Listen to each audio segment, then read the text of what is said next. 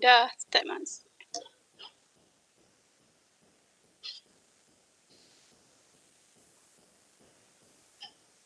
Okay, Assalamualaikum. Okay, dah ada beberapa peserta. Kita tunggu dalam beberapa minit lagi, boleh ya Tuan Syed? Okay.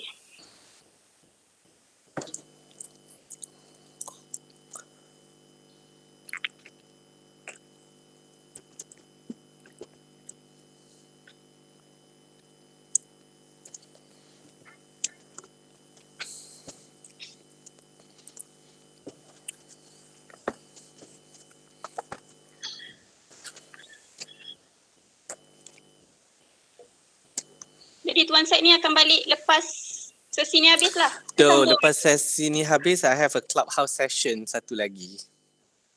Oh, saya ada nampak dekat posting Facebook. So, I have to go there lepas tu. Okay, But maybe it's okay je, tak apa. Lepas besok, lepas minggu depan saya ke Kelantan. So, Kelantan kita memang tengok real case terus.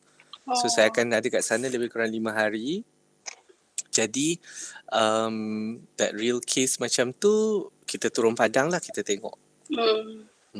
So, I have to finish all today, lebih kurang lah.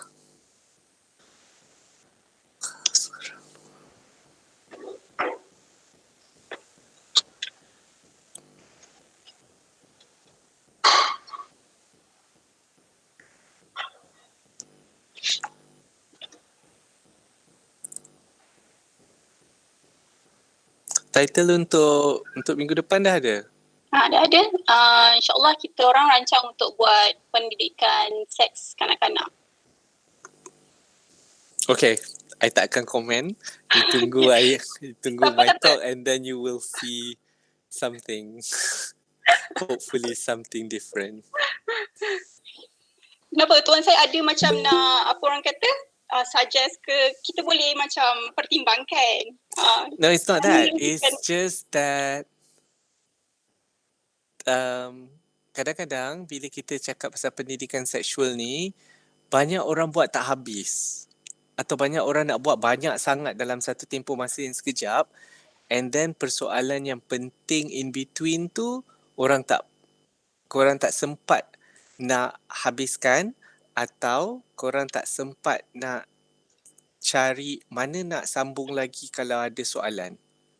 So susah lah kalau you ajar tapi dia tak ada kesinambungan bila yang tengok tu nak tanya soalan. And then they went to Google ke, went to orang yang salah ke, kan susah. So that's why I senyum je. Sebab saya pun tak pernah berani buat pendidikan seksual. Yeah. Kiranya macam kalau kita, okay, saya faham. Saya faham. Don't worry, for you, I will explain. Okay. So I will explain why I cakap macam tu bila orang plan nak buat benda-benda ni.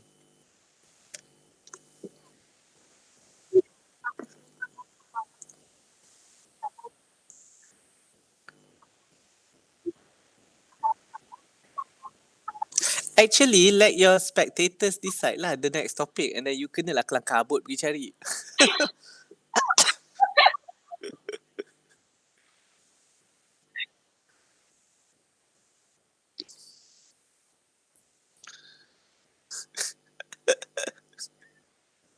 It's nothing wrong. It's just that that's how I feel bila I think dia next week kan korang punya. Betul? So next week it's not fasting month lagi. So you have to focus on that. Why not you focus something yang dia boleh relate to fasting month? Macam why not you cakap macam if people were to change, your family unit were to change to make it safe, what is it? You know? I always see that this help actually. What you want is a change of mindset. If you want a change of mindset, you kena ikut masyarakat. Bukannya you tunggu masyarakat ikut you. That's why kalau tengok contoh program, cuti sekolah is until when? Saya tak ingat cuti sekolah sampai bila. But I think now is cuti sekolah. Betul. So to me, Besok lusa still cuti sekolah. So I baru buat program nak KFC tu, I start balik because nak KFC is something that they eat together, you see. So that's why we do that kind of program pada waktu itu. So dia kena dengan masyarakat punya agenda. You have to see that way. Bukannya kita yang set a topic. That's why bila today this is my teaching session kan, but this is my fifth interview of the day. So bila orang selalunya tanya saya nak bagi soalan dulu ke apa ke, I say surprise me, just surprise me, you know. So because masyarakat akan menentukan the hala tuju of the conversation. Macam tadi hari ni, do tell me bila you guys nak start. But tadi we talk to utusan online and dia nak tanya pendidikan sexuality. And then we were talking about pornography. And then dia punya soalan baru datang yang real punya soalan. And that's how we educate public. Ke public, dia punya soalan dia sebenarnya lagi luas tau daripada kita punya perancangan. Like, I don't want people to ask me anymore. I memang refuse bila orang tanya, apakah itu gangguan seksual dan kanak-kanak? And I would say that, I don't think that's my level. So, go waste your time asking orang lain.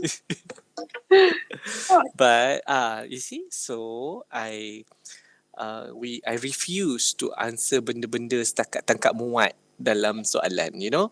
If you were to ask people like me, this is for me to set a standard, okay. If you were to ask people like me, you ask the really hard questions. So pada para yang menonton ni, kalaulah anda betul-betul rasa nak cari ilmu, is by asking questions. Sebenarnya tanya soalan is the best way to improve you and your family. That's why saya buat banyak Facebook Live. Betul. I'm sure you tengok my Facebook Live. Dia bukan main-main punya. Bukan. I tak tahu pun kes tu apa. I terus live baru I dengar. Macam, oh, okay. We have to solve this now. But it makes me smarter every time. It makes me faster. It makes me... And if you realise, minta maaf kalau saya tercakap bahasa Inggeris. Tapi bila saya buat Facebook Live tu, yang saya kena jawab dengan cepat dan tepat, it makes you realise sebenarnya cara kita membantu masyarakat is to understand dua benda penting. Satu, habis Intan punya kertas bunyi semua bising-bising. There's two things bila kita nak mendidik masyarakat berkenaan kanak-kanak ni. Satu, kita kena faham perkembangan otak kanak-kanak. It's not minda, it's otak. Perkembangan otak kanak-kanak tu you kena excellent. Semua ibu bapa patut ada this skill. Okay? It's not a skill, this knowledge. And the second one is communication. You have to understand communication ni bukan dia ada setakat bercakap. Timing, intonation, body language, whether your stomach dah makan ke belum, whether you have cukup tidur ke tidak, whether you know who's the good cop, bad cop. But you cannot do communication lecture in one sitting. Maksud dia, katalah saya ada 2 jam, saya buat communication. Cannot. Sebab every child is different, age group different, case are different.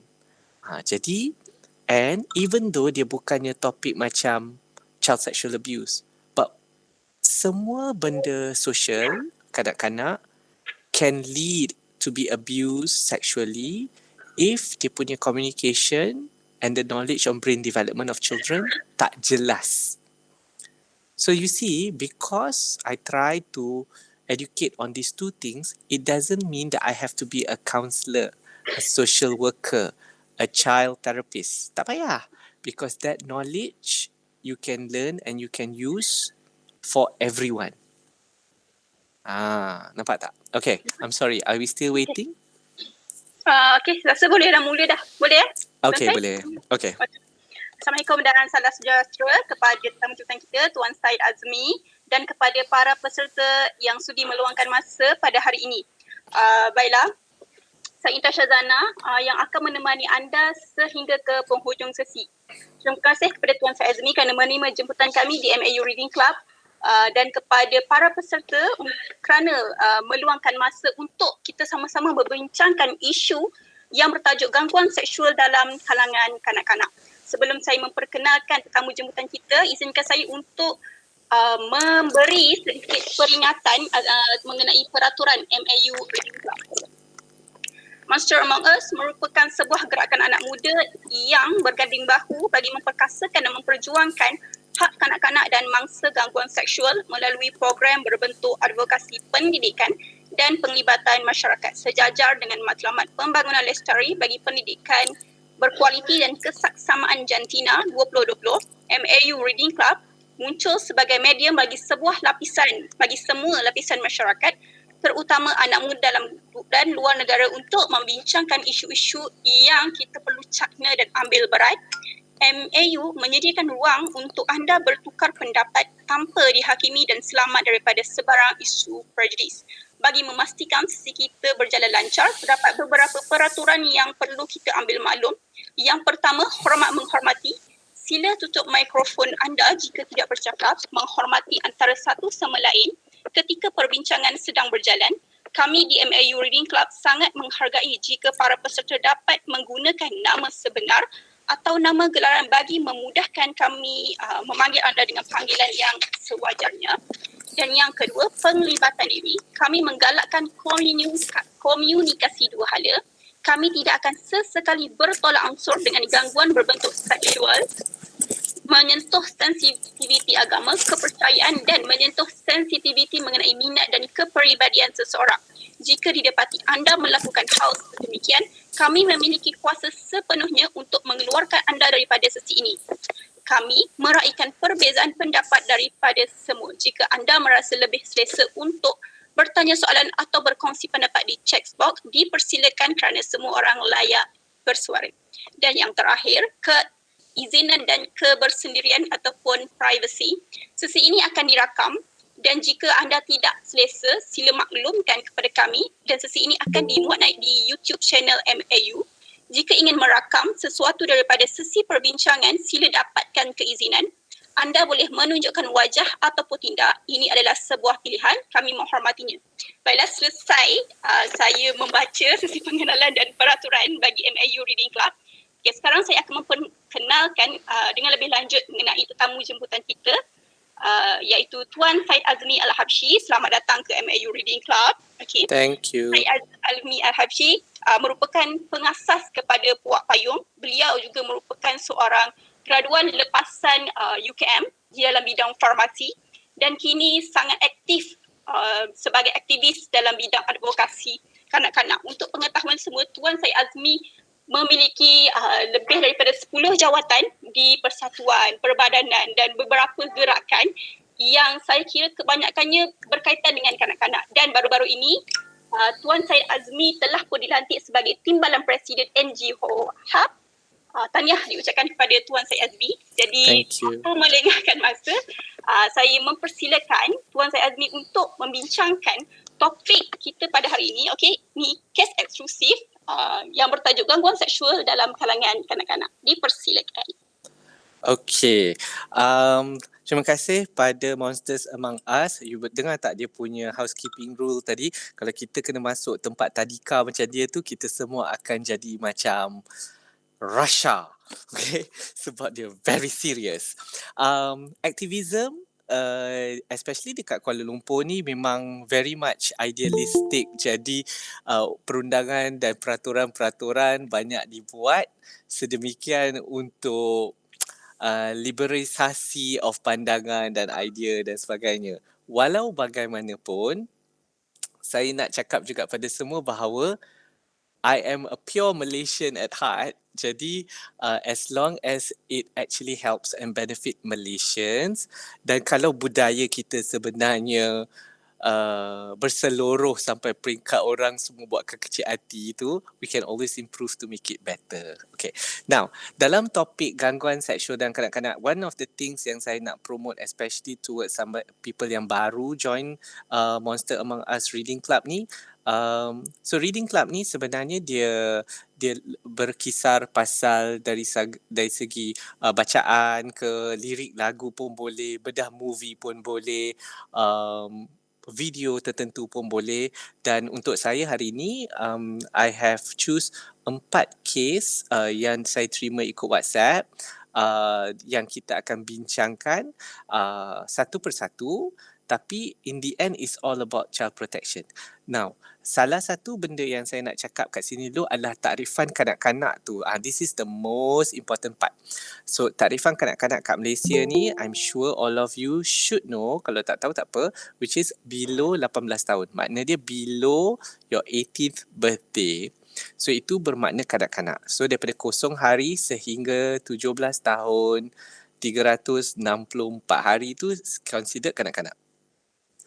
Dalam faktor umur tu, ada beberapa perkara lain lagi dari segi umur. Number one ialah apabila kanak-kanak di dalam, so saya seorang penasihat mahkamah bagi kanak-kanak, okay? So dari segi mahkamah bagi kanak-kanak, mahkamah ini kita buat dan penasihat ni biasanya lantikan, macam saya adalah lantikan menteri. Jadi mahkamah kanak-kanak adalah untuk memberi perlindungan pada kanak-kanak. Maknanya dia kalau kanak-kanak tu terbuang, kanak-kanak tu tak ada orang nak jaga, kanak-kanak tu terbiar, teraniaya ke apa macam tu, so kanak-kanak itu akan dimasukkan ke dalam mahkamah kanak-kanak untuk kita cari perlindungan baginya. Okay? Nah, itu satu. Kanak-kanak yang memerlukan perlindungan. Sebelah lagi adalah kanak-kanak yang mempunyai konflik dengan undang-undang, iaitu kanak-kanak yang terlibat dalam masalah perundangan negara. Okay? Jadi, kita ada 2. Now, di dalam mahkamah kanak-kanak ni, dia punya, katakanlah dia ambil dadah. Okay? So, kalau dia ambil dadah, dia akan dibacakan yang anda telah memiliki dadah heroin, bla bla bla bla. So, bawa dadah berbahaya, anda akan dikenakan hukuman tu. So, bila dia bacakan tu, itu adalah hukuman yang dikenakan pada orang dewasa. Tapi dia akan bacakan tu kuat-kuat. Dia budak tu akan dengar. Okay. Now, dalam mahkamah kanak-kanak ni, apabila dia terlibat dalam konflik undang-undang, maknanya dia ada langgar undang-undang negara kita kan? Okay, saya nak minta siapa yang belum mute tu tolong mute sekejap. So, di dalam mahkamah kanak-kanak ni, kalau kanak-kanak tu dia melakukan kesalahan dari segi undang-undang, hanya ada 7 bentuk perintah. Perintah ni adalah macam hukuman. Ada 7 bentuk perintah yang akan dikenakan terhadapnya. So, saya rasa saya bacakan aja. So, nombor 1 adalah yang paling low, iaitu memberi amaran keras. Okay, dan dimaafkan. Okay, dapat amaran keras je lah. Okay, dan kita pernah syorkan bagi amaran keras untuk kanak-kanak yang langgar PKP. Bila dia masuk mahkamah, dia langgar PKP kan? Patutnya kena 1,000 kan? Tapi dia masuk mahkamah. So, kami sebagai penasihat mahkamah apabila melihat satu kes tu, kita boleh syorkan untuk dia dimaafkan dengan amaran keras. So, tu satu. Amaran keras. Nombor 2, dia bukan ikut tier lah, tapi antara yang nombor 2 yang biasanya kami bacakan kat dalam tu ialah bond berkelakuan baik. Makna dia janji kena buat baik. Dalam 2 tahun ni tak boleh buat nakal lagi. Jadi sometimes bercagar kena bayar, sometimes tidak. So dia bond berkelakuan baik. Makna dia mak bapak kena janji kena jaga anak dia supaya anak dia tak langgar undang-undang lagi. Okay. Nombor 3 ialah diletakkan di bawah orang yang layak dan sesuai ke, atau diletakkan dalam institusi ke, macam asrama akhlak ke. Okay. And then boleh kena denda. Denda pun ada. Lepas tu perintah khidmat masyarakat, community service pun ada. And then dia ada satu ni panggil perintah percubaan. Perintah percubaan ni biasanya institusi dan sebagainya, tapi jaranglah dipakai. Kemudian Henry Gurney, sekolah Henry Gurney, dan paling tinggi is penjara. So penjara ni pun diasingkan daripada penjara dewasa. So kita punya undang-undang ni dan perintah ni, kenapa saya nak cakap dekat sini, bila kanak-kanak melakukan kesalahan, sebarang kesalahan jenayah, ini je apa yang diorang kena, bawah 18. Kalau rogol, ini je. Kalau mencuri atau vandalism, ni je. Rusuhan di sekolah, ni je. Faham tak? Kalau dia curi baju dekat supermarket, ni je. So, perintah-perintah ini lebih kepada pemulihan dan berasaskan keluarga. Okay, kecuali kalau dia agak berat. Nampak tak? So, itu undang-undang kita. Now, kita masih cakap asal umur bawah 18 kan? So, walau bagaimanapun, kanak-kanak yang melanggar undang-undang ini hanya boleh masuk dalam mahkamah. Mereka kita panggil age of criminal responsibility. Maknanya dia umur kanak-kanak yang sepatutnya faham dan layak untuk diberikan perintah akibat kesalahan undang-undang adalah 10 tahun. Maknanya dia kalau dia curi barang kat kedai runcit umur 8 tahun, dia takkan dibawa ke mahkamah. Okay. Nanti saya terangkan kenapa ni penting.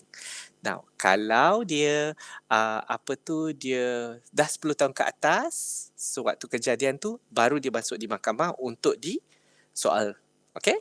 Dan dijatuhkan perintah. Okay. Now, kita kata ada Henry Geni, kita kata ada penjara. So, untuk Henry Geni dan penjara, so Henry Geni ni pun bawah penjara anyway. So, Henry Geni kan penjara dan Henry Geni ni laki ada, perempuan ada. Dulu semua orang ingat laki-laki je. So, sekali laki-laki ada, perempuan ada.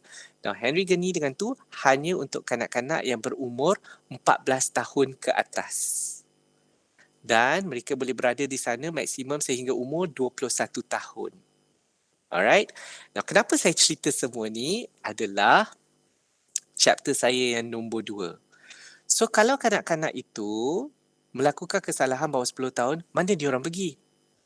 Tak ada hukuman, family pun mungkin tak buat serius benda tu dan kemudian tak ada siapa tegur dia atau rehabilitasi kanak-kanak tu. So, apa akan jadi ialah bila dia ulang semula kesalahan dia itu pada umur atas 10, tiba-tiba dia terperanjat sebab dia akan masuk dalam mahkamah. Padahal waktu kecil-kecil dia buat tak kena apa-apa pun. Sebab patutnya ibu bapa lah yang apa tu maksud saya, yang membimbing dia, yang memperbetulkan dia. But ibu bapa ingat benda tu kecil, benda tu kelakar. There is a paper, there are 3 offences, 3 jenis yang kanak-kanak biasa buat sebenarnya yang kita tak pernah tengok serius. So 3 tu, nampak tu, dah siap keluar buku balik kan? So 3 offences tu adalah, mulalah tu dia nak salin tu, saya dah nampak. So number 1, lying. So kadang-kadang budak-budak dia dikatakan menipu yang kecil-kecil ni. Dia bukan tipu sebenarnya, dia test, dia uji. But kita kena betulkan lah sebab dia kata, teacher, have you had your dinner, dah makan belum? Tapi sebab dia nak gula-gula, dah, are you sure? And then dia macam, no. Tapi dia uji. So kanak-kanak, they are not born liars. Tapi kanak-kanak dia cuba untuk, nak kenakan kita lah. Dan dia ingat benda macam tu probably kata funny or things like that. So first is lying. Number 2 is cheating. So kita nampak dalam sekolah kan, budak-budak cuba nak tiru sebelah ke apa. It's harmless. Tapi perbuatan itu kalau diteruskan, bukankah dia akan jadi lagi besar? Faham tak? So, cheating. Okay?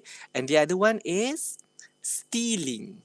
So, tapi dia bukan dia steal yang macam betul-betul steal yang bahaya ke apa. Dia macam sorokkan remote control TV. Dia macam, what do you call that? But it's not actually, we call it stealing, cheating and lying. Tapi budak-budak hanya ekspresikan perkara tersebut. But do you think that they need to be told? Adakah kita perlu untuk memperbetulkan tu? Yes, kita perlu. Tapi bukan je dengan hukum dia. Buat sekali lagi, cili mulut tu. Rotan. No, because they don't understand diorang punya apa yang tindakan dia tu. Okay, so macam saya kata, lie and steal, maybe to get attention, maybe to actually to test the adult, and then lying kan, bukan dia lying kata macam, who took the cookie? I think is the unicorn. Faham tak? Dia ada dalam dunia dia sendiri, dalam fantasy dia sendiri. This is below 10 years old. Faham tak? So I'm not saying yang dia buat benda tu tak salah, tapi dia tetap salah. Tapi kalau kita tak betulkan, boleh tak dia buat yang lagi besar? Yes, dia boleh buat yang lagi besar. Alright, so why I nak cakap ni? Sebab bab-bab macam ni orang tak tengok. Orang rasa itu mak bapak lah kena jaga. Parents yang kena buat. Which is true, but for now we understand also parents also need guidance. Ibu bapa juga memerlukan panduan. tambah lagi dengan statistik dekat Malaysia ni bahawa ibu bapa tidak lagi berbual dengan anak-anak seawal 9 tahun. So, kalau dia dah tak berbual at 9 years old, bila jadi masalah besar, that's why ibu bapa kebanyakan dia terperanjat when things like this happen. Okay, so when things like this happen, terperanjat. Oh my God, it's 22 minutes already. Okay, that is my introduction of what you're going to expect out of this. Now, before we go into the first case and the first slide, okay, I want to explain a bit on brain development. Okay, so kejap on the first slide tu nanti we go back. Okay, so I want to talk about brain development. Ada 3 je maklumat yang saya nak kongsi hari ni. Okay, number 1 is the part of the brain that control the arousal. Maknanya dia keinginan atau benda yang shock atau dia suka. 90% is developed at the age of 5.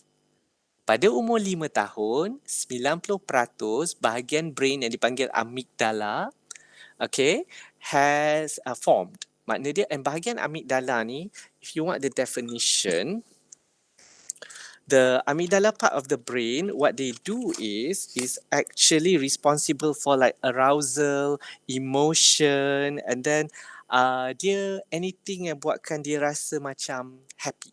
Okay, that's the number 1. Number 2, the reasoning part, the part yang buatkan judgement, the part yang buatkan kita tahu kesan dan akibat. Maknanya dia kalau dia buat tu, apa akan jadi tu?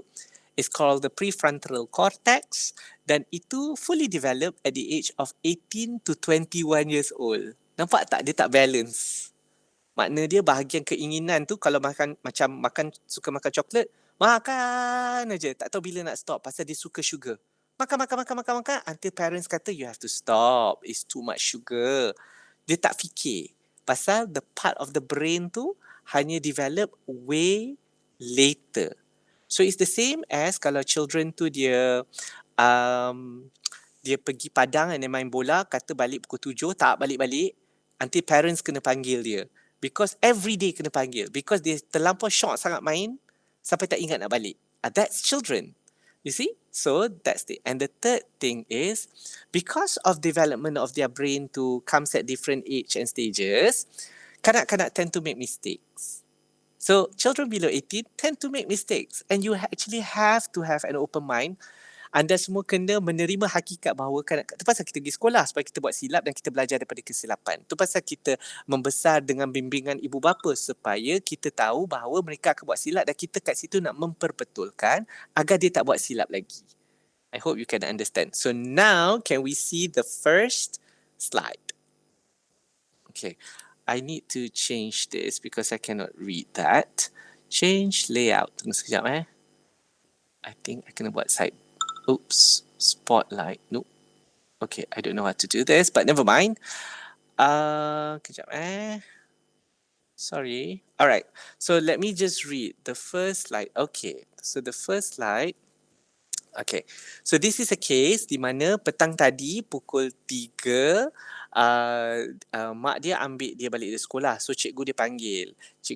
Dia kata anak dia, and this is sekolah tadika. So below 7. So anak dia cium mulut kawan dia. So anak dia perempuan cium mulut budak lelaki. And then dia dah terus gelap mata dah macam oh my god, the world is at the end. So I would like to explain this. This membuktikan satu benda di mana bukan semua hal-hal yang melibatkan kelakuan seksual bermula daripada laki-laki. So perempuan pun boleh initiate. Okay? So it's not just the men, not just boys. Girls pun boleh initiate, which is a very true things like this. The other thing is, sewaktu kita tengok kes macam ni, apa yang kita boleh nampak tadi ialah so cikgu tu yang bagi tahu the parents. Okay, so cikgu tu bagi tahu the parents. I want all parents to know, saya nak tahu semua ibu bapa tahu kat sini, bukan senang, it's not easy untuk cikgu, especially cikgu tadika, untuk bagi tahu parents apa yang dia nampak. Okay, apa yang dia nampak tu susah. Okay, nombor 2. Nombor 3, how can this happen in school? Di mana setiap cikgu patut tengok anak murid kan? Yes, sebenarnya taska dan tadika, all teachers there should be a supervision by teachers at all time. Tapi Macam mana pun terlepas juga berlakunya a kissing. Now, kalau kita yang dah besar, I think semua yang menonton ni, if you were to get your first kiss or your 247th kiss pun, you are aware about that you're about to kiss. You are aware about your location, scenario, bad breath, lipstick, his mood, dia baru isap rokok ke tidak. You would be aware, right? So, and then you would kiss because every kiss you would like to make it memorable. Tapi kadang-kadang tak macam tu. Why? Because I teach you just now about the brain development. Nampak tak? The brain development of the child tu dia fikir seronok tu dulu sebelum reasoning, sebelum the right judgment. Jadi in this case, what I did was, so now you understand how I see the case scenario kan? So bila saya tengok tu, of course I smile because when you smile, it calms down the parent. Okay, calms down all the mak-mak dia, it calms down the parents of belah laki-laki yang terperanjat tu, and then the perempuan yang terperanjat tu, and you just ask about, if you talk to the child, you tanya macam, where did you learn kissing, you know? And then towards the boy yang kena kiss tu, how did you feel when you got kissed? Okay, so soalan macam ni is to respect themselves. So the boy tu mungkin, I don't know, I don't like it, yuck, macam tu. Did you say no? Did you say no? And then dia tak cakap apa-apa kan? Padahal, do you think umur budak-budak ni dia dah ajar good touch, bad touch? I'm sure dia dah ajar good touch, bad touch. Betul? So, this part I would like to explain. Bila kita nak ajar good touch, bad touch, kita kata mouth, chest or breast, penis, vagina and buttock. Okay, itu yang standard. So kita kata nobody can touch you this place. Even your mother have to ask permission and all that, get consent and blah blah blah. Okay. Now, nobody, the word is nobody. It's very clear, nobody. Now, why do you think the girl can kiss the boy? I'm sure the girl pun telah diajar and the boy pun pernah diajar. Now, nobody can touch you and you also have to teach and you also cannot touch other people. So normally kita termis tu and you also cannot touch other people. Okay, great. Dah sampai peringkat tu Kalau siapa-siapa tak faham, you feel free. Can they just voice? Boleh. Okay. So you can just voice because we only have 30 minutes left. And then lepas tu I have got to be in another webinar. So please ask questions, okay? So when you say mouth, chest, breast, penis and buttock area tu, you also have to teach another thing, which is the function of these parts. What is the function of the mouth? To speak, to eat, to what else? Untuk makan, to drink, to speak, to So those are the basic things kan. Children should know. So kita boleh cakap. So we use example macam, can any other lips touch you? Because dia kata tak boleh touch tu maksud dia hand kan. Tapi what about other things like, can a penis or a pencil put inside your mouth? So you start with pencil, tak boleh. What about penis? What about that? Can you imagine? Nampak tak? So budak tak tahu. But nobody can touch, dah cakap. But this girl is his friend. Am I right? This girl is his friend. And his friend will never hurt him. So that's why he believes his friend will do justice to him. But he doesn't like it. But this is my friend. I don't want to hurt her feelings. Nampak tak? That kind of conversation banyak baru mouth. How do you talk? Nampak tak? So it's just the mouth part. And yet, there's so many discussion. It's just this part. Kan? So that's why on the first slide ni, I would like you to actually see this. So we talk to the parents, we talk to the child, both are considered minors. So I don't call them predator or victim. I call that, well, they were playing in an area that is inappropriate. They were doing actions that is inappropriate. Now, what if the child is a boy and he kissed another boy? So don't come to tell me and say, oh my God, my child has LGBT tendencies. Jangan. Because we are so modernized and so liberal that you use these big words. No. A child is a child who doesn't even understand. They don't segregate, they don't discriminate, and they don't label. We adults yang buat perangai tu. Children don't do that. Okay? So, if it's a boy to another boy, you also explain. They don't, and you don't use the word, you love him. You ada hati kat dia. No, they don't even know that part. So just say, why do you kiss him? What is he to you? Did you ask how he feel about it? So what do you create? You create the word respect. So bila ada respect, barulah ada boundaries. Kan? Maybe dia tanya, can I kiss you? Okay. And then they kiss. Children has no consent, but among children is different kan? So kalau dia kata, okay, why did you let him to kiss you? Because I told you nobody can touch your lips. Oh, but he's my friend. And he asked nicely. Apa makna dia tu? Asking nicely over wrong things pun tak boleh. Nampak tak? There's so many conversations that I made through this one. And this family as well. So that's how you actually see it. Okay, great. Can we go to the next one? You can ask question, you tak tanya soalan, you yang rugi bukan I. Okay. Kes anak saya adalah dicabul oleh kanak-kanak di tadika. So tadika, so kanak-kanak di tadika. Both are kanak-kanak. Cumanya saya tak tahu jalan nak bawa kes ni ke tengah. We don't know how to bring it forward. So I was just trying to confirm. So I said kanak-kanak dicabul oleh kanak-kanak yang lain. Are you talking about child to child or child to bigger adults? Kan? Sebab cara dia tulis tu.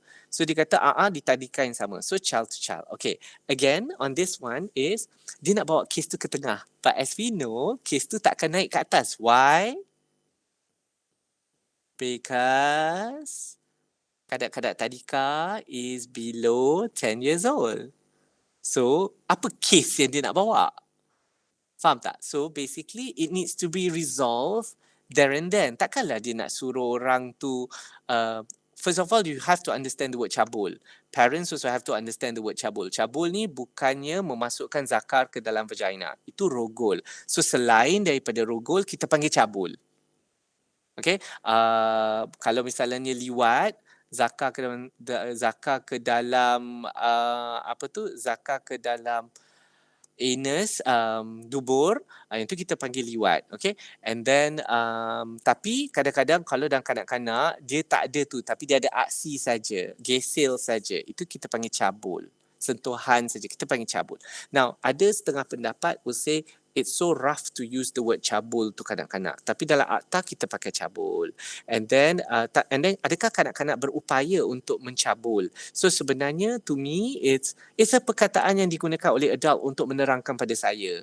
So it's not something yang kita kata dia betul-betul cabul ke apa ke. It's an action yang kanak-kanak tu buat. And below 10 years old, they might not even understand apakah perkara itu. Tapi it is wrong kalau kita tak correct it. So problem dalam kes, bukan problem lah. The good thing about this case is dia berlaku terhadap anak orang lain. But it becomes more complicated bila cabul juga berlaku antara adik-beradik. Jadi dia takkan diresolvekan.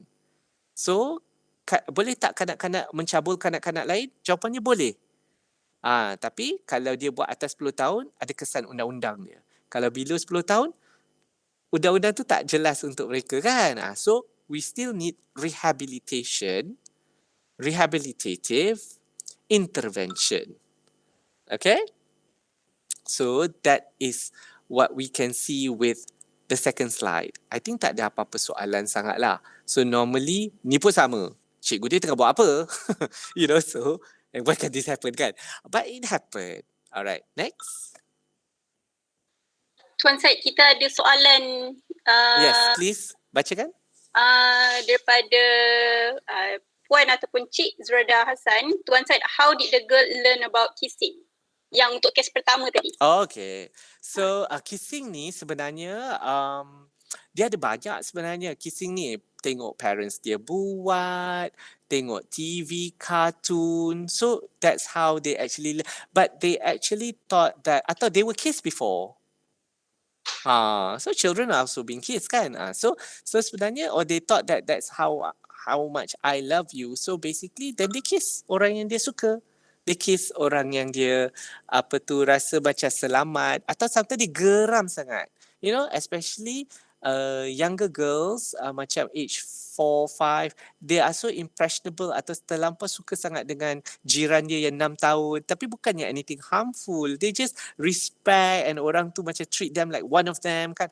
So can happen. That's a very good question. I think I should have a list. Why younger children kiss other children? Maybe I should have a list. Okay, next. Tak ada soalan lagi? So we go to Saya the ada soalan. Saya ada yes, soalan. yes, can. Soalan kedua tadi, Hmm. ada tak kemungkinan macam benda ni berlaku disebabkan juga background, apa ni orang kata, taraf kehidupan. Contoh kalau keluarga miskin kan, kemungkinan dia tak ada pengasingan bilik tidur. Jadi macam mungkin yelah waktu mak ayah masa orang kata apa, mengadakan hubungan intim, mesti kadang-kadang anak dia kot terjaga. So dia tak faham. Tapi dia macam pelik kenapa kena buat. Lepas tu dia pun bawa lah pergi ke tadika. Ada tak possibility untuk macam tu? Okay, actually children imitate apa yang dia tengok. So it can be so many reasons, but it doesn't mean yang kalau dia keluarga miskin sajalah. So dia keluarga yang ada pun boleh juga. There's a question just now, Shreya punya question. Boleh bacakan terus tak? Boleh. Cabul is quite serious. How do they actually learn the idea of mencabul? Okay, the thing is, we read this message from the mother with the word cabul. Okay, but that is what the mother explained as cabul. So the act might not be the kind of cabul that we are thinking about. Okay, cabul kehormatan ni memang is a big deal, you know. So actually, but I would never put a level of which one is ringan atau berat. If it's done towards another person and that person is uncomfortable, it's considered huge. So to me, there's no way to put ringan atau berat. Contohnya meraba. How men try to normalize, alah setakat raba je. But raba is a big deal to a lot of people, men and women. Okay. In this case, because nobody asked what actually happened, everybody have the assumption of that word cabul that they all only know. So in this part of cabul is kejap I think it's going to be the same as the other case ke? Kejap I tengok dulu. Okay, tak ada. So cabul yang kat sini was the two children it wasn't on top, tapi you tahu tak jenis yang dia tidur peluk because they have nap time kan. So dia tidur peluk tapi it looks like humping. How do I explain? So it's dia nampak macam humping, tapi the child was not doing anything yang dia excited ke apa ke, but dia ada aksi tu. So dia berpakaian and it's still serious, nak tak nak pun it's still serious. Maknanya dia macam mana dia orang tidur punya boundaries tu. Faham tak? So this part is the part yang kita kata macam boleh juga. And by the way, sorry, kissing is also part of cabul. Kissing tadi pun is part of cabul juga. Okay, yes, it is serious, and this is the part yang kita nak elakkan. So if they don't understand, they might do it. But for children at this age, bila dia buat tu, it's not about no harm. It is still harmful. So that's why we have to ask about both are victims. We also have to ask what happened to that person. Still, therapy is needed. Children don't forget these kind of things, especially kalau dia rasa uncomfortable. Okay, I hope you get a bit of the gist kat situ. Okay. Thank you. I saw the message. Thanks, Intan. Okay, can we go to the third case? Okay, dia memberitahu rakan terdikanya lelaki pegang kemaluannya. So a boy touch another boy's penis, menunjukkan kemaluan pelajar lelaki tersebut ke anak buah saya. And then dah lah dia pegang and dia pergi tunjuk kat orang lain. So there's 3 person kan. Ada sekali dia balik tadika, dia kata kemaluannya keluar darah tapi tak adalah, dia orang tak percaya. That's another thing, parents don't believe. Okay, until this time. So basically, and the worst part of it, the teacher knows about it and the teacher didn't tell. Nampak tak? So the problem with this kind of case is bila, when does it happen? So why waktu keluar darah, which is unlikely, okay, kalau dia akan sentiasa sakit, bengkak, inflame kan. But a child, dia tak tahu the right words to use. You know, so mungkin dia tak keluar darah ke apa, mungkin dia pedih ke, things like that lah. Right? So a child doesn't know that. So this is the part that we know that even parents also take it for granted what their children is saying kan. Pada masa yang sama, tidak check lebih lanjut apa sebenarnya yang dia tengah cakap kat situ. Nothing wrong with it. Nak pergi klinik pun no more evidence, faham tak? Macam tak ada apa-apa kat situ. But do you actually see that the part that I rasa was alarming, like where in the world that they have the opportunity to be naked one another and to show? So for a lot of tadika, I normally ask, what are your policy that parents agreed and signed upon? Do they agree on mandi bersama? You know, some tadika buat macam tu ke apa ke? I'm sure it's not in the ruling, but if they do it, we have to question lah, like what is the purpose of this mandi bersama ke apa macam tu? Atau mungkin ramai-ramai nak pergi bilik air ke apa ke macam tu lah. It can be that, you know, it can be that. Okay? Okay, can we go the last slide? Because kita dah tinggal 15 minutes. Okay, so this one tinggi sikit. Ada problem kerana anak sulung perempuan 7 tahun baru dapat tahu dia ada buat benda tak senonoh dengan sepupu. Nampak tak? So the child did it to the cousin since 4 years old. Okay? Sepupu lelaki masukkan jari dekat private part dia. Okay? Okay, so basically this is among cousins lah. Okay, so the only thing yang tak ada tulis kat sini is the age of the boy, kan? So kat sini tak ada. So the boy is older a bit. Okay, the boy is older a bit. But age, as long as they're below 10, I cannot say that sebab dia lagi tua, dia lagi tahu. And as you know, girls matured faster, tapi 7 belum lagi kan? 7 pun belum lagi. So I never judge based on that kind of scientific findings. Okay, the point of it is, I'm more curious to know. Maybe I should tell you ke I quiz korang terus. Okay, I quiz first. So, what are the questions that you would ask? Tanya pada budak lelaki tu ke ataupun pada... Tak kisah. The case is like this. So, what is the question you ask? Mungkin kenapa budak lelaki tu buat macam tu ataupun macam mana dia boleh belajar sebab... Okay, wait. Soalan dia ialah, so your question is to tanya budak lelaki tu lah. Okay, next. Very good. Continue. Next. If you want to learn faster to protect children, you kena berani jawab because there's no such thing as right or wrong. And the moment you know, it will make you faster. Come on. Amy. Shura, yes. Apa dia? Okay. Very good. Ada basis kat situ. Continue. I know my friend Amy is there and dia dah takut dah because I mention her name. So she have to answer something. Come on.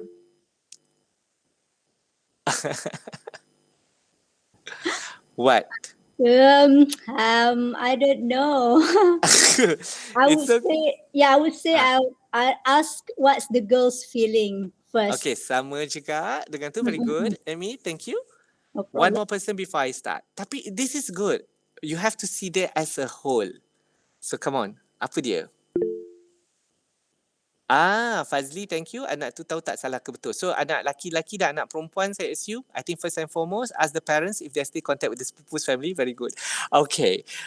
So all answers are correct. Okay. Tapi I rasa lah, I'm not that smart, you know. So I think kan, the first question is, how did you found out? Who brings this story? Siapa yang cerita? Betul tak? You need to ask, how did you get this information? Takkanlah anak perempuan dia yang 7 tahun tu yang cakap. So you have to ask the source like, okay, so where did you get this story? Nampak tak? Dia dapat tahu, but where? How? Why now? It's been 4 years. There's no proof, there's no nothing. So why now? This is important. Okay?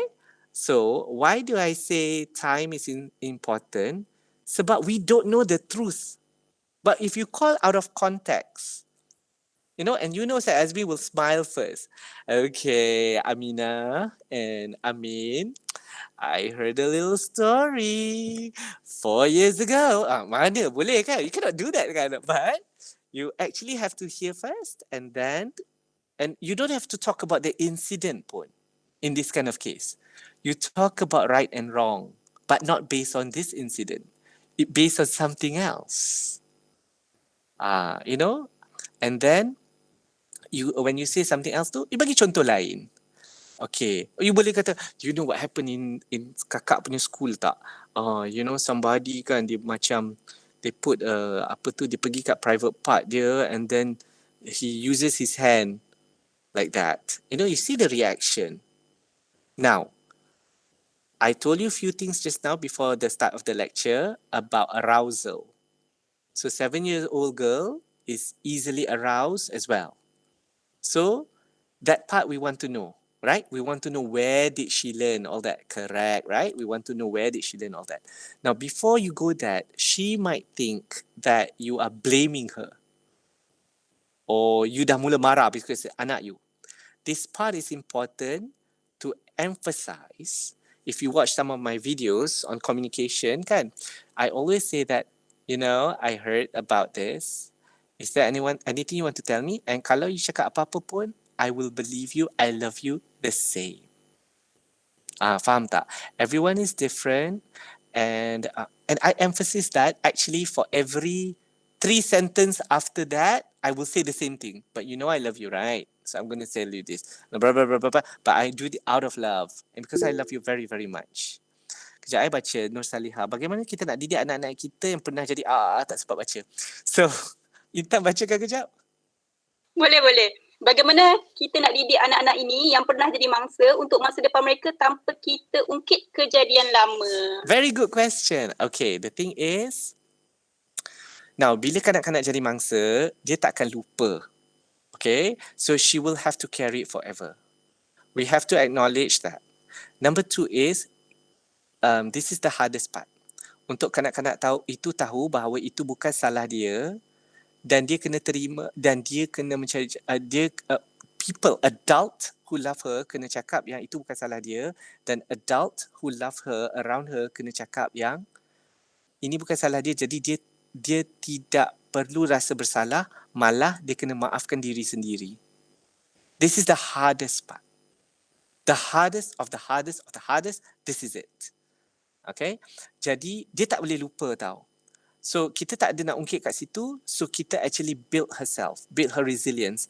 According to buku Conversation with a Pedophile, dia cakap once a girl has been touched, she doesn't feel that she owns her body anymore. To a point that budak-budak lain main doll ke apa macam tu, dia dah tak ada rasa pun. To a point that she felt empty sampai dia tak ada rasa pun nak main dengan doll. That's how bad it is. Unless you focus that you did nothing wrong, it's not your fault. It's not your fault. And it's not because you trust him ke apa ke, it's not. He is a trusted person that was supposed to take care of you. Macam tu. So you have to forgive yourself. Okay? Budak tadika tak tahu benda tu salah, correct. Tapi dia belum besar, dia akan tahu tu salah, correct. Sebab dia takkan lupa. The experience tu dia akan ingat balik. Alright? So, as I wanted to say just now, kita tak payah nak ungkit pun sebenarnya. But we have to prevent her, especially the first 3 years, prevent her, elakkan dia daripada mengelamun mengenainya. So we have to actually find a way. Tapi kita, kenapa tengah ingat kena cabul tu ke? Kenapa? No, that one is for you to feel anxious on your own. Okay, the child kadang-kadang tak ingat pun semua tu. So basically, and you don't have to tell anyone else. Oh, tak apalah dia tak nak makan kat situ, tak apalah dia kena cabul dulu. It is not relatable. Okay, so that part is important to emphasize. But you know what? A lot of children kan, dia ingat balik tu, kalau dengan intervention, dia jarang ingat balik, atau bila dia ingat balik dia boleh shrug herself untuk put it away. How do you help kids yang mencabul? Okay, that's the thing. Kids dia tak buat aksi tu dengan niat. Okay, so walaupun dia buat aksi cabul, dia bukan buat aksi cabul.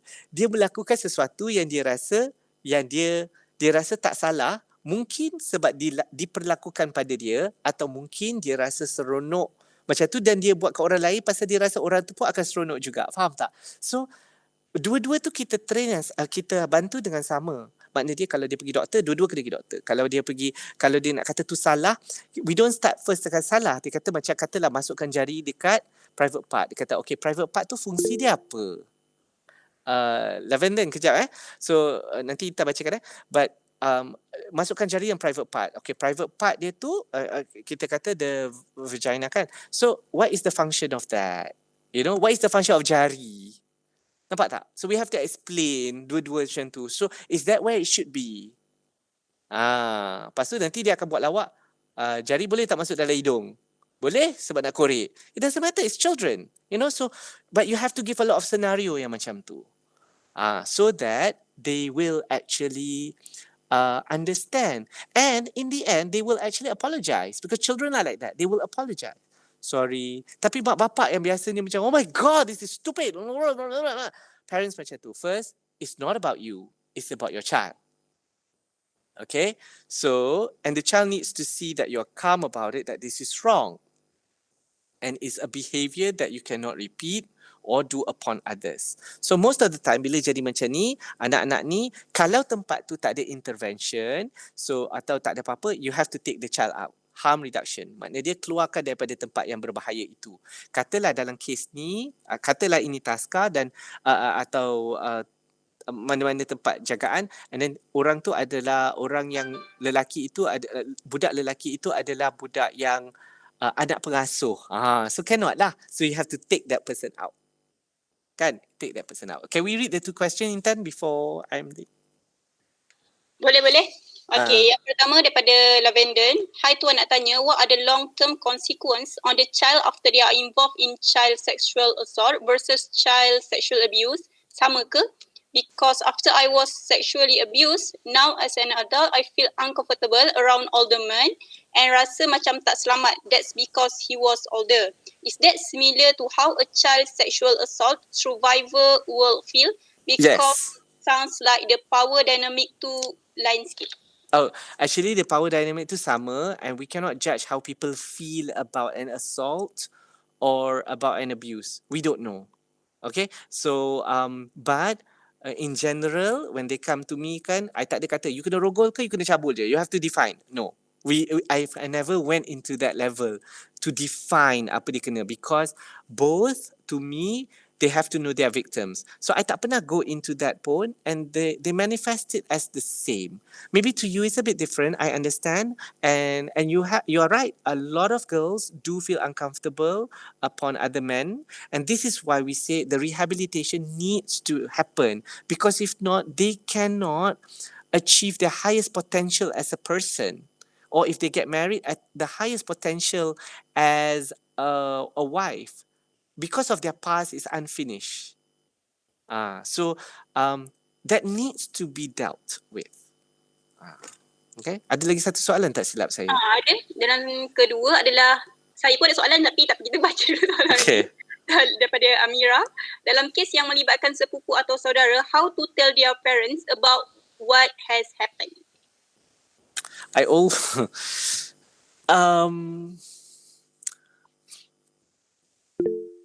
It's a very, very good question sebenarnya, but bila dia dah sampai pada saya keadaan tu, I always found there is another layer of problem. Maknanya dia selalu ada masalah lain. Contohnya is what Intan cakap tadi. Adakah budak-budak yang mencabul ni mungkin family dia porak-peranda, atau family dia abuser, atau terlibat dadah, and so even though that is true, But when a family yang terlibat tu memang ada problem macam tu, the sepupu tu, atau the sepupu tu punya family is the other opposite side. Alim, cikgu, polis. Okay, two extremes. However, having this extreme makes it difficult to explain to the family. So, I normally go with first, do no harm or harm reduction. Maknanya dia, elakkan daripada perjumpaan itu. Okay? Never go to a child without the parents knowing. Maknanya you pergi tegur terus sepupu tu tanpa tu. Selepas kejadian. Kalau waktu kejadian boleh, tapi selepas kejadian tak boleh. You kena go through parents juga. Jangan buat, okay, kita ada suami, isteri. And then kalau yang adik-beradik tu is isteri dan isteri, so dia punya G to G is isteri kepada isteri. Maknanya dia mak kepada mak. Sebab dia adik-beradik. Ni orang luar kan? Tapi ni adik-beradik. So, that is the other angle to use. Okay, the other angle to use. Now, the third line, and this is the one that I really want everyone to do, tapi we don't have a module. Okay, so Monster Among Us should do this module, and selagi module tu tak siap, diorang tak boleh panggil saya untuk apa-apa pun. Okay, the module is where the children is empowered themselves. Di mana perkara dah lepas berlaku kan. So, and it hurts. But if we teach our children to stand up on their own to say no, if we build their children to actually know about their rights and they can hold it or fight it, then we won't get worried kan dalam taska, tadika, kat sekolah. We won't get worried because we know our child is ready. Now the problem is we teach them all of this safe touch, back touch and everything, but still it happen kan? Because they don't understand the context of what you're saying. Sedangkan lagu Twinkle Twinkle Little Star pun more than 100 times kita ajar, apatah lagi things like this. We have to ajar many times in different format. That module tak ada orang buat. So, but that, to empower the child to be brave enough, requires the child to speak more. But in our culture, we prefer the child to be quiet because they are annoying when they talk so much. So they cannot talk about their rights because we ask them to be quiet. Nampak tak? To me, that's the best way to fight. One of the book that I wanted to write is an ABC book. So don't steal this idea. No lah. But this book that I wanted to write, A is for activist, B is for bold, C is for change, D is for democracy. I wanted that kind, to get positive words for children. And for children to stand on their own. To know when it's wrong and to say no, even though it doesn't happen to them, it happened to others. Nampak tak? So I think that's the sacred part. And children needs to see other children doing it so that they themselves will imitate. Okay, are there any more questions? Saya ada soalan. Tapi itulah dah baca-baca campur sebab point Tuan Syed akan trigger saya punya otak. Okay, so yang saya ingat, soalan dia kan macam Tuan Syed kata tadi kan, budak-budak macam, kita macam jangan biarkan dia mengelamun ataupun dan kadang-kadang budak kalau mengelamun pun dia akan macam terus macam tu kan, tapi macam mana kita nak tahu dia mengelamun yang mengingatkan dia kepada perkara yang lepas. Okay, so if you don't know, so semua gejala sosial yang berlaku dekat Malaysia ni, bila kita tanya, what makes you pergi merempit? What makes you have sex, unprotected sex? What makes you ni? The answer is the same. Kami bosan. We are bored. All children jawab macam tu. Okay, that's the point of that study point. And when that happen, bila that happen, that's why we have to pandai sibukkan tu. Kita bukan biar nak tengok apa dia nak buat. We actually have to provide a lot of activities and opportunities for them to do this.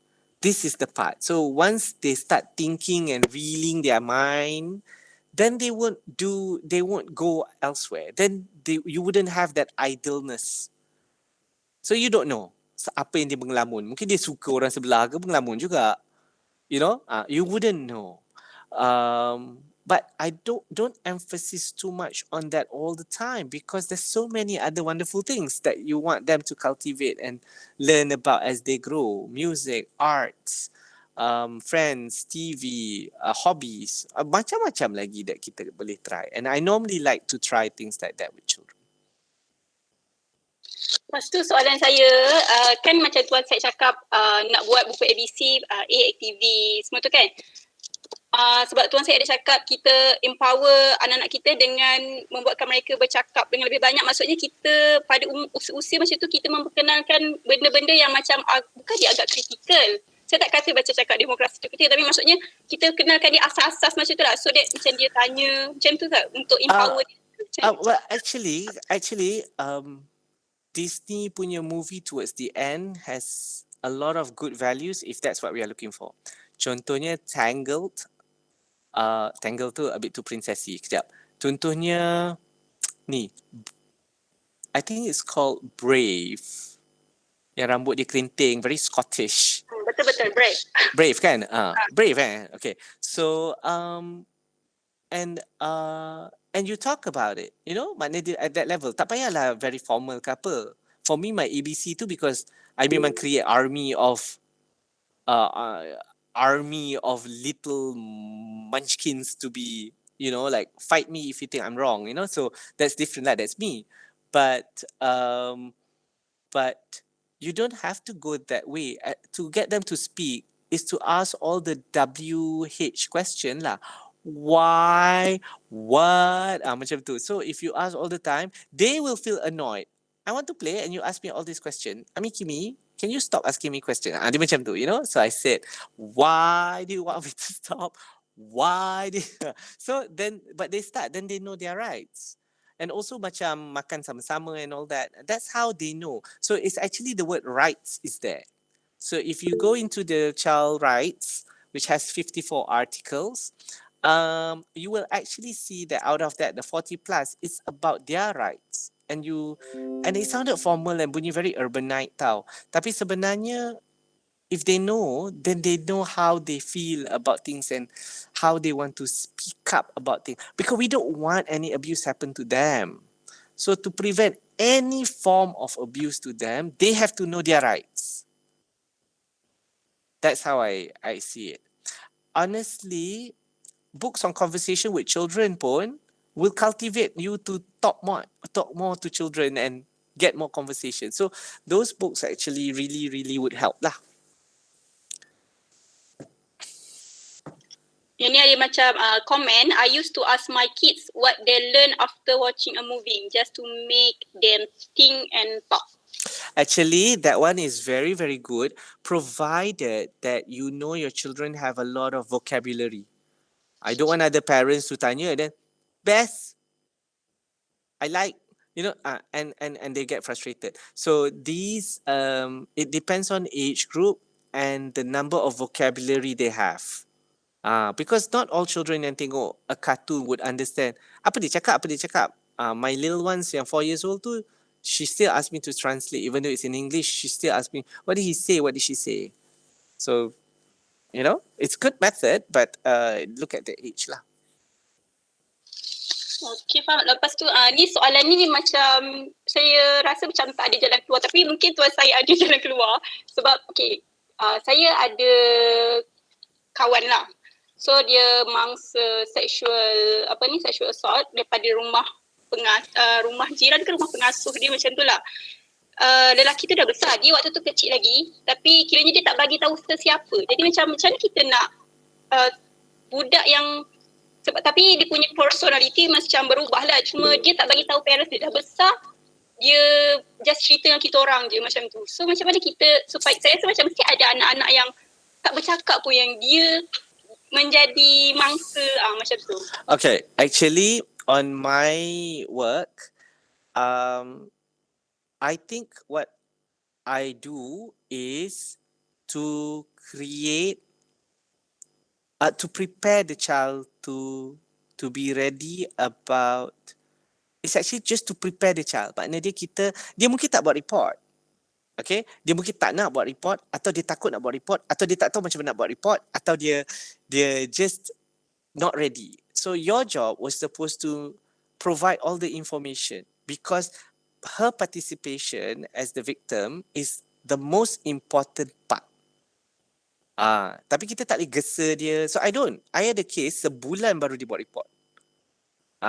Tapi dia buat report. And bila dia buat report tu really good report. which is more important daripada yang tergesa-gesa, half-hearted. So I think our role, we are not the investigator. The investigator is the police. Our role is to prepare the child so that the child is ready to make that report, or to prepare the mother or the father to make a report. Itu yang saya buat. I only, and sometimes bila case tu dah lama, like 8 years ago, 7 years ago, let's be rational. You know, I kata, what do you want out of this report? I rather that you focus on the child to be okay rather than looking for evidence to put that guy in jail. Okay? Faham. Daripada Shreya Menon ada soalan. Jap. Rasa macam ada 2 soalan pula guys. Okay, ada 2 soalan. Emily, just simple question like, did you have a good day today? Which part do you like the most? Why? Oh, ni pillow talk lah dia. Apa ni? Correct. Okay, those questions are great questions, but you have to change it. Not every day you have to ask the same question. Children get bored. So you have to ask different questions. You have to challenge them with different questions sebenarnya. You know, to a point that you say, do you know? So sometimes you talk about dinosaurs, sometimes you talk about the carpet, sometimes you talk about the teacher, sometimes you talk about the car. So you have to change that, and then they will respond. Saya rasa ni last question, Shreya Okay. Menon. In regards to the module you have mentioned just now, do you have any advice for us content writers to curate this module? Content to curate, any advice? Oh, okay. To me, it's there's 3 subjects that is most important post-COVID to me lah. Child rights, okay. Playing in children, play, and mindfulness.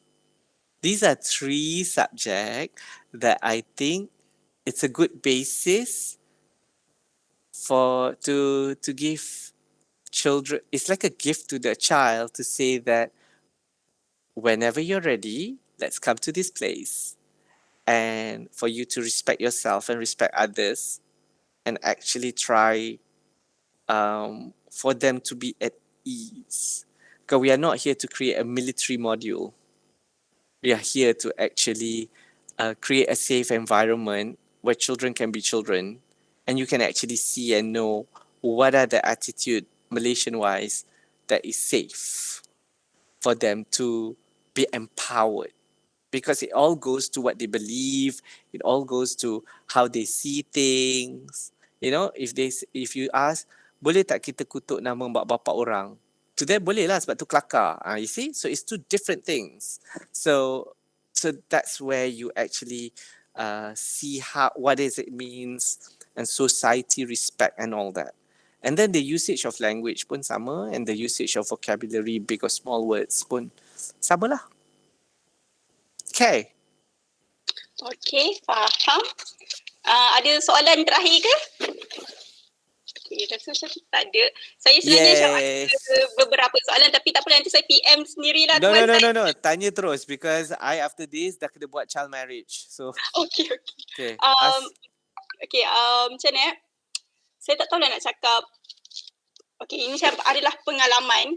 Jadinya waktu kecil, ada seorang macam, saya ingat satu orang kata pendidikan awal kat kanak jugalah, macam kalau kita mandi kan kita macam kena berkemban ke apa semua kan, tapi macam mana pula kalau keluarga yang macam tak mengajar benda-benda macam ni. So ada satu kes, jadi macam seorang jiran budak, kanak-kanak lelaki pun tak tahulah bila masa, maksudnya dia tengok orang mandi, macam tu lah. Sebenarnya seorang kanak-kanak lelaki tengok kanak-kanak perempuan mandi. Ni di kampung kan, kalau kampung dia ada lubang-lubang kat bilik air tu kadang. So macam mana kita nak benda ni supaya nak cakap dengan ibu bapa dia, macam tu. Nak cakap dengan anak-anak tu. Tapi waktu tu you nampak dia buat kan? Okay, so what is the first thing you do? It's different kan, nampak tak? You nampak dia buat. So what is the first thing you do? Saya macam terdiam, macam mana? Terdiam dan tengok sama ke? Budak-budak je Apa? Terdiam dan tengok sama. Bukan. Okay, so the first Tengok thing you maju should lagi. Kita do. macam tak, orang kata tak acknowledge lagi lah kan benda-benda macam ni. Lepas tu macam kenapa dia buat macam tu Kenapa dia? Okay, so that is the first question. So sebenarnya as an adult bila panggil dia, kenapa buat macam tu? Apa yang you nampak? Kenapa you nak tengok? Apa dia tak malu ke apa macam tu? But we don't judge the word tak malu ke tu I tak nak pakai But you ask why. Why dia buat sesuatu yang dia buat tu. And ada beza peeping Tom saja-saja nak tengok dengan tertengok. So be very clear about that, tertengok ke atau curi-curi nak tengok. All this action ni budak kena difahamkan dulu. And walaupun diorang dah faham, so that's why kita tanya kenapa. Kenapa dah buat macam tu pun kenapa tengok? Kan kalau malu, suka tak kalau orang lain buat macam tu dekat awak? Suka tak kalau awak tengah mandi orang tengok? We normally ask back macam tu. Kalau tak suka jangan buat kat orang. Nampak tak? So itu is another way yang out of respect. Yeah. Anything else? Okay, faham. Saya rasa dah tak ada soalan. Okay, tuan saya pun perlu ke clubhouse. Suka Clubhouse, yes. Okay. So apa tu? Okay, last words from me. Thank you so much to MEU for inviting me for this. I hope you learn something. 1 hour memang tak banyak lah sebenarnya to learn a lot of stuff. But I would like you to know that there's so many things that we have to learn lagi. Okay? And apa yang saya cakap ni mungkin sesuai dengan keadaan yang ini. Kalau you pergi buka textbook psikologi ke apa, mungkin dia tidak sesuai. But as somebody who actually want to help all seeing cases, we have to find a way that is comfortable we are comfortable to help them understand. We are here not to judge them. We are here to make them see in a different perspective because the choice is still in their hands. We know what's best, but the choice is still in their hands. So we have to always look into that lah. Okay? Okay. Jadi saya simpulkan daripada sesi hari ini, bila kejadian ataupun gangguan seksual ni berlaku di bawah umur 10 tahun, kita tahu macam tuan saya cakap tadi, dia tidak akan dikenakan dengan apa-apa tindakan untuk bawah 10 tahun lah kan.